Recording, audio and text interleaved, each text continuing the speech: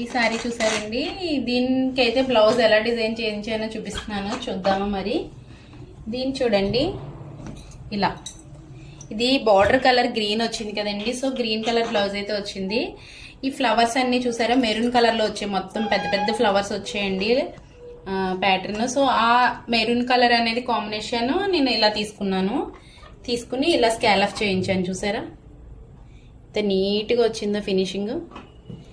ఇలా 2 సైడ్స్ అయితే back side ఇలా వచ్చిందండి, నీట్గా బాగుంది కదండి.